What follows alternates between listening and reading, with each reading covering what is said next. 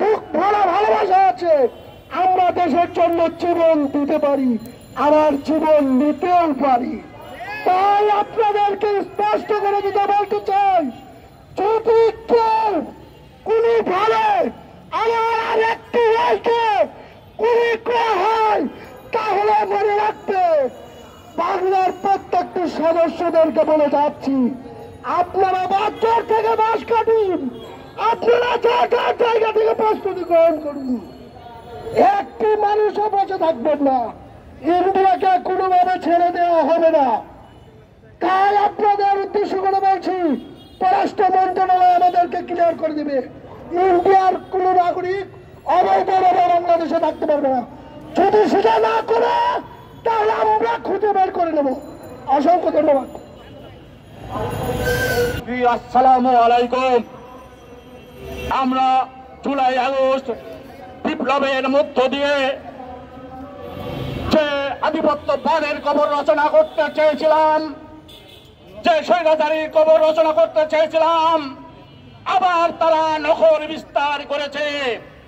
একের পর এক এই ভারতীয়রা, এই মোদী সরকার সীমান্তে আমাদের জওয়ানদের মোকাবেলা না করে সাধারণ নিরীহ জনগণকে হত্যা করছে। এই হত্যার তীব্র নিন্দা প্রতিবাদ জানিয়ে আমি স্বরাষ্ট্র উপদেষ্টা এবং পররাষ্ট্র উপদেষ্টা তহিদ সাহেবকে বলতে চাই যে আপনি এখন বাগভারত যুদ্ধে নিজেরা সমন্বয় করার জন্য, নিজেরা সেটাকে মিটমাট করার জন্য আপনারা মুরলি নিতে যাচ্ছেন। আগে নিজের এই সীমান্ত সমস্যার সমাধান করুন, নইলে আমরা আপনাকে কাঠ ধরে রাজপথে নিয়ে এসে জবাব চাইব এবং তার জবাব দিতে হবে। এই প্রসঙ্গে আমি একটি কথাই বলতে চাই যে আওয়ামী দুঃশাসকের হোতারা পালিয়ে গেছে, তাদের হাতারাও পালিয়ে গেছে, কিন্তু দোষরদের রেখে গেছে। দোষররা এখনো স্বপ্ন দেখছে যে আবার আওয়ামী লীগ ক্ষমতায় যাবে, যার জন্য তারা সমস্ত উন্নয়নকে বাধাগ্রস্ত করছে।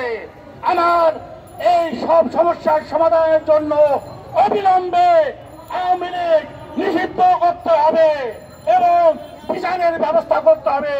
তাহলে দেশ শয়তান মুক্ত হবে, রাও মুক্ত হবে, ভারতীয় আধিপত্যবাদ মুক্ত হবে, তার স্বপ্ন দুঃস্বপ্ন ভেঙে যাবে এবং দেশ একটি সুখী সমৃদ্ধশালী রাষ্ট্রের দিকে এগিয়ে যাবে।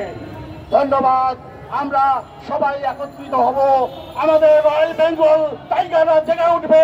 18 কোটি রয়্যাল বেঙ্গল টাইগার আমরা জেগে আমরা ভারতের মোকাবেলা করব এবং বিজয়ী হব ইনশাআল্লাহ। খোদা হাফেজ। বাংলাদেশ।